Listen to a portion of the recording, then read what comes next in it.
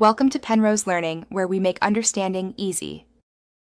In this video, I will explain how to make long-lasting lip tint for business. We will cover the essential steps from ingredient selection to final packaging. Our goal is to help you create a high-quality product that stands out. You will learn about key components, precise formulation, and effective production methods.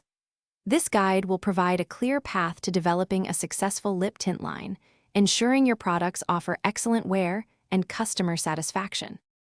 To create a long-lasting lip tint, start with a base of high-quality, nourishing oils such as jojoba or castor oil, comprising about 60 to 70% of your formula.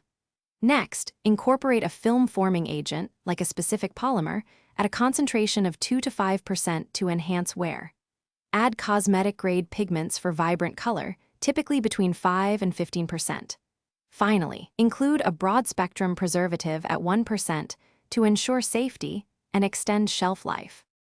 Begin by thoroughly sanitizing all equipment and your workspace to prevent contamination. Accurately measure each ingredient using a digital scale, combining them at precise temperatures, often around 70 degrees Celsius, to ensure proper emulsification. Mix the components slowly and consistently until the color is uniformly dispersed and the texture is perfectly smooth. Always perform small batch testing for consistency, stability, and pH levels, aiming for a pH between 5.5 and 6.5. Select airtight, appealing packaging that protects your lip tint from air and light, such as glass roller balls or dough foot tubes.